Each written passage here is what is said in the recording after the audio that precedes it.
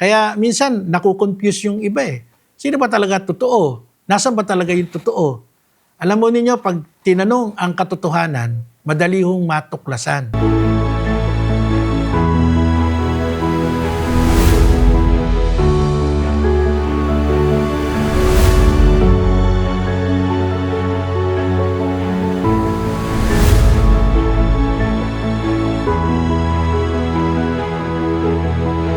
You're watching ETVN Philippines.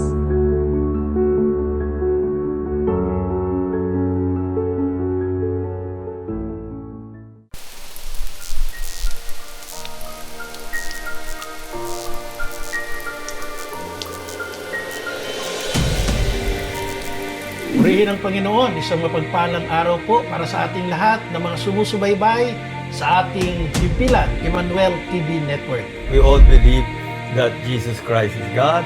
We all believe in the Trinity. So that so much more is the thing that will make you stay and make you continue on with faith. Ito po ang katotohanan ng ating pananampalataya.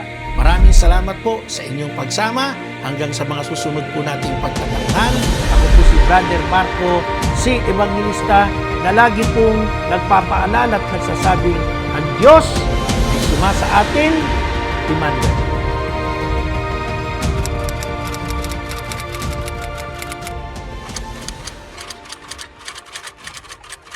Purihin ang Panginoon. Muli, maraming salamat po sa inyong pagsubaybay dito po sa ating programang Defend the Faith sa Emmanuel TV Network. Ako po si Brother Marco, si Evangelista. Well, dun sa title natin, obvious naman po na ang ating objective is to defend the faith. Pagtanggol natin, sapagkat marami na pong sumibol na iba't ibang sekta, iba't ibang kulto, na ngayon ay naglipa na sa ating kapuluan. Actually, bawat kanto, meron mga iba't ibang mga fellowship, iba't ibang churches, iba't ibang pangalan. Kaya minsan, nakukonfuse yung iba eh. Sino ba talaga totoo? Nasaan ba talaga yung totoo? Alam mo ninyo, pag tinanong ang katotohanan, madali hong matuklasan.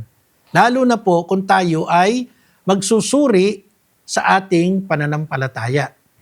Kung ang pag-uusapan po ay ang Santa Iglesia Katolika, meron po tayong tinatawag na 3 pamantayan para patunayan na ang Iglesia Katolika ang umiiral na tunay, totoo, authentic, legit na simbahang itinayo ni Jesus. Bakit? Sapagkat ang Iglesia Katolika lamang po ang may tinatawag tayong fullness of faith. Yung talagang sustansya, yung kabuuan. Hindi tayo nagbubuhat ng bangko. Sinasabi po natin ito dahil ito po ang katotohanan. Tandaan po natin, ang pumapanig sa kasinungalingan ay anak ni Satanas. Kasi sabi po sa John chapter 8, di po ba?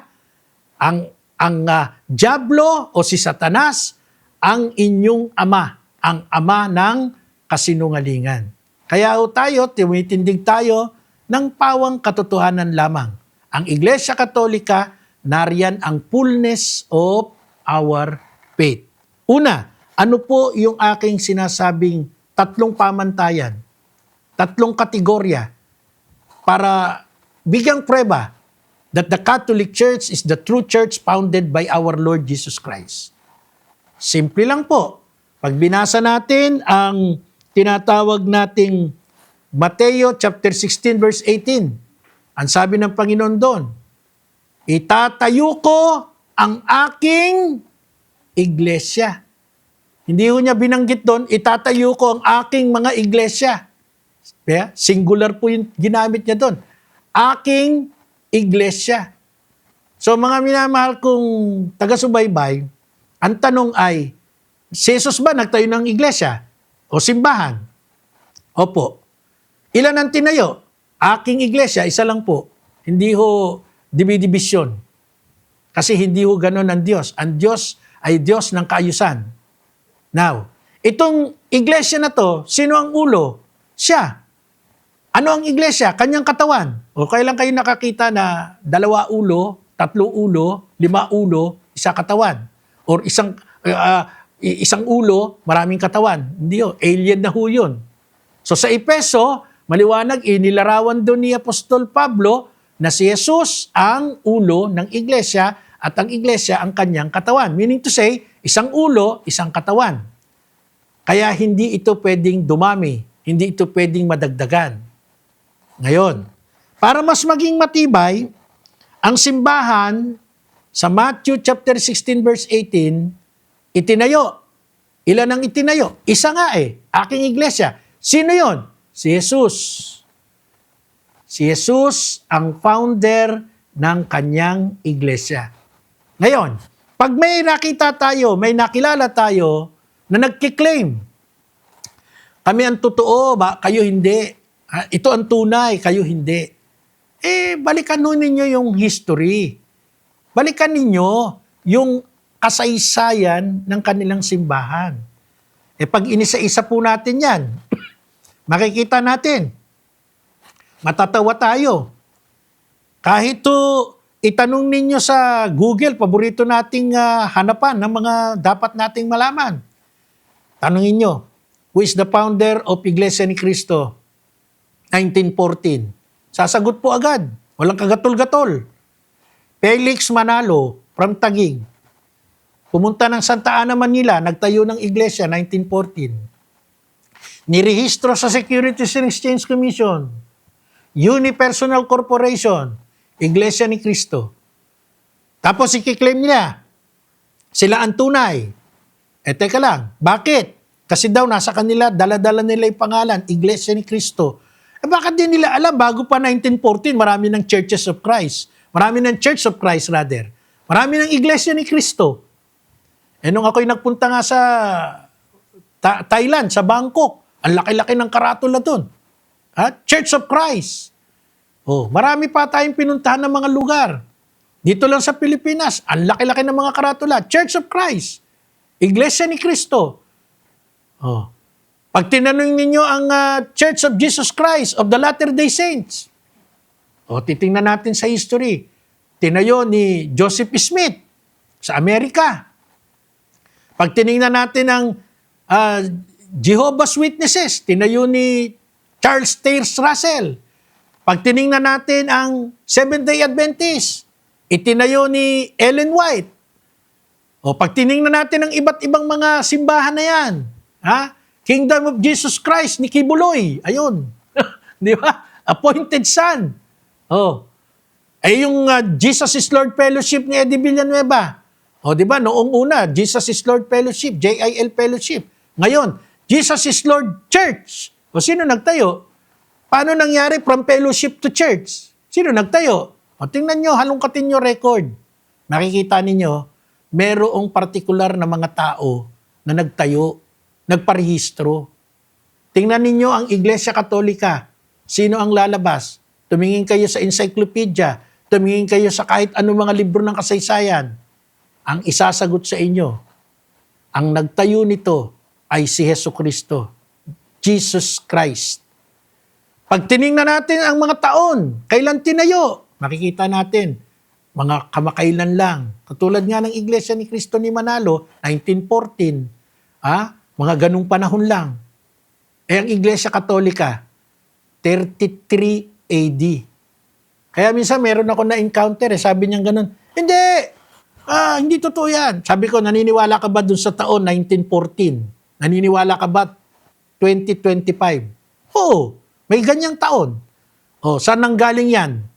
Saan nanggaling yung taon na yan? Ang kalendaryong ginagamit nyo, saan nanggaling yan? Sa simbahang Katolika. Sa iglesyang kinukundinan nyo na mali.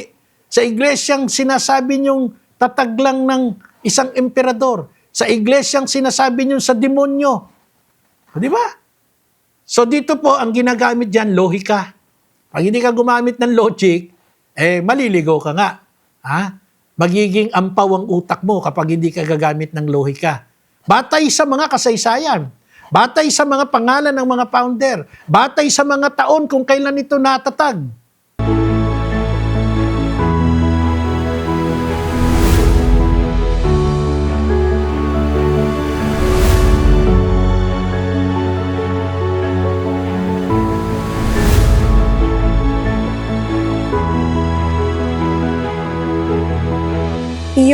watching ETVN Philippines.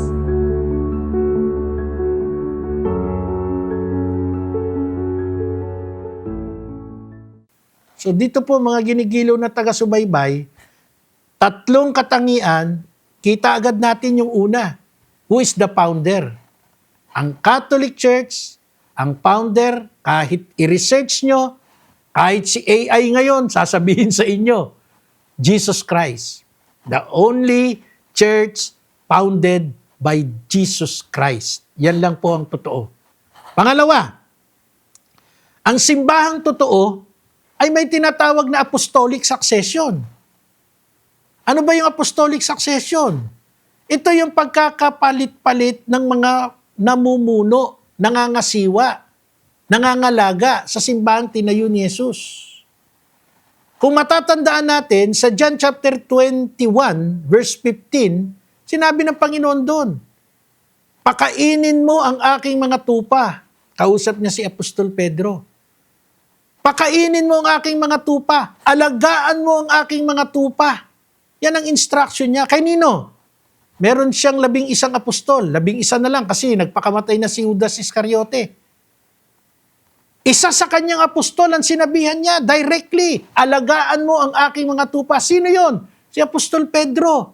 O balikan natin yung Matthew chapter 16. Sino yung kausap niya? Ikaw ay Pedro, at sa ibabaw ng batong ito, itatayo ko ang aking iglesia. Inintrust ng Panginoon sa kanyang apostol na si Pedro ang simbahan o ang iglesyang itinayo niya. No doubt. Meron siyang 12 apostol. Doon sa Matthew 16:18, isa lang tinawag niya, ikaw ay Pedro. Si Simon yun. Nakapatid ni Andres. And then dito sa John chapter 20, isa lang din ang tinawag niya. At binili na niya, pakainin mo ang aking mga tupa. Tapos sasabihin ng mga ibang sulpot na sekta, ibang sulpot na simbahan, sila ang totoo, ang Catholic Church ay mali. Ang Catholic Church ay simbahan ng demonyo. Ang Catholic Church nagkaroon ng apostasy. Ano yung apostasy? Nagkaroon daw ng pagtalikod. Nawala daw ang mga tagasunod ni Jesus, pinasok ng mga maling aral. O di kontra na naman yan dun sa sinabi ng ating Panginoon sa John chapter 14, verse 26. Anong sabi doon? Basahin po natin. Gamit tayo ng antripada natin, ha? Anong sabi ng Biblia? John chapter 14, verse 26. Ganito po ang sabi ng Biblia, mga minamahal kong taga-subaybay. Sinasabi ko sa inyo, ang mga bagay na ito, samantalang kasama pa ninyo ako. Ngunit, ang patnubay, ano daw yon? Ang patnubay, sino yung patnubay? Ang Espiritu Santo na susuguin ng Ama sa pangalan ko, ang siyang magtuturo sa inyo ng lahat ng bagay at magpapaalala ng lahat ng sinabi ko sa inyo. Ano sabi ng mga bagong sulpot na simbahan ngayon? Nagkaroon ng apostasy, nagkaroon ng pagtalikod, nawala ang simbahang tinayo ni Jesus. Aba, teka lang. Kinokontra mo yung sinabi ng Panginoon, bibigyan ko ng patnubay. Ano yung gagawin ng patnubay? Tuturuan kayo, ipapaalala sa inyo ang lahat ng mga itinuro ko. Pag sinabi mong namali ang simbahan ni Jesus, pag sinabi mong nawala ang simbahan ni Jesus, nagkaroon ng failure ang Espiritu Santo. Nagkaroon ng failure ang patnubay. Hindi niya ginabayan. So doon pa lang po, malaki ng problema. Dagdagan pa natin, aklat ng Juan, chapter 15, verse 26. Anong sabi? Ngunit ang patnubay, ang espiritu ng katotohanan, ang paparito mula sa Ama. Susuguin ko siya sa inyo, buhat sa Ama, at siya ang magpapatotoo tungkol sa akin. Anong gagawin ng Espiritu Santo? Susuguin sa Ama. Ang Espiritu ng katotohanan, siya ang magpapatotoo tungkol sa akin. Tapos sasabihin mo na ligaw, sasabihin mo na mali, sasabihin mo na talikod. Abay, kagaling mo naman. Mas magaling ka sa Espiritu Santo. Mas magaling ang mga founder nyo. Mas magaling ang mga ministro at pastor ninyo. Ano pa ang patunay? Matthew chapter 28, verse 19. At yung verse 20, Humayo kayo, gawin niyong alagad ko ang buong sanlibutan. Bautismuhan sa ngalan ng Ama, ng Anak, ng Espiritu Santo. Oh, anong sabi niya? Buong sanlibutan. Saan lang ba nagsimula yung mga churches ninyo? Yung mga kulto ninyo? Yung mga sekta ninyo? Ang simbahan ni Jesus, laganap sa buong sanlibutan. Ano ibig sabihin sa ibang term? Laganap sa buong sanlibutan. Universal, worldly, Catholic. Kasi ang ibig sabihin ng Catholic, pangkalahatan, pang buong mundo, universal, as per instruction of our Lord, Matthew chapter 28, verse 19. Ito pa sabi niya sa verse 20, tandaan ninyo, ako'y laging kasama ninyo hanggang sa katapusan ng sanlibutan. Kaya hindi ho nagkaroon ng puwang na mawala, matalikod, masira ang simbahang tinayo ni Jesus kasi kasama niya hanggang sa katapusan ng sanlibutan. Kaya yung apostolic succession, tuloy-tuloy po iyan. Kaya nga, meron na tayong 267 popes. Shepherd ng simbahan, yung tinatawag natin simbahang nandito sa daigdig. Mula kay San Pedro hanggang ngayon kay Pope Leo XIV, wala pong patlang iyan. Parang sa mga pangulo lang yan ng republika eh. Di ba? Sino pangulo ngayon? Ferdinand Marcos Jr. Pag umurong ka, si Rodrigo Duterte. Pag umurong ka, matutuklasan natin, meron siyang mga sinundan.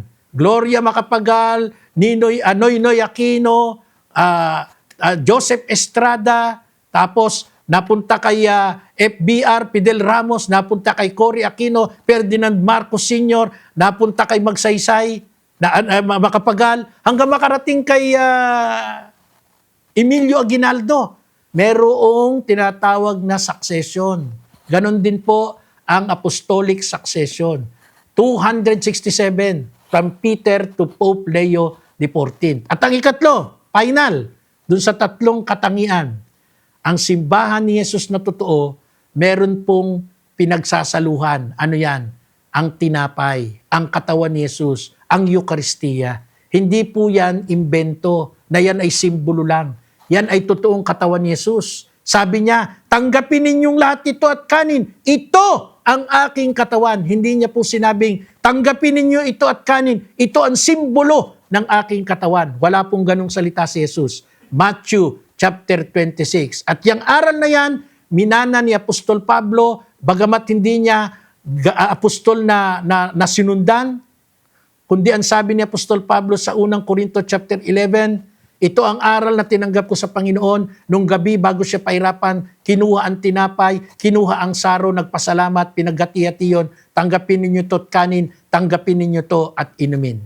Yan po ang tatlong katangian na ikaw ay nasa tunay na simbahan ni Jesus, laganap sa buong daigdig ang Iglesia Katolika. Maraming salamat po muli sa inyong pagsubaybay. Lagi niyo pong subaybayan ang ating mga programa dito po sa ating Emmanuel TV Network at dito po sa ating programang Depend the Faith. Ako po, si Brother Marco, si Evangelista na laging nagsasabing, ang Diyos ay sumasa atin, Emmanuel.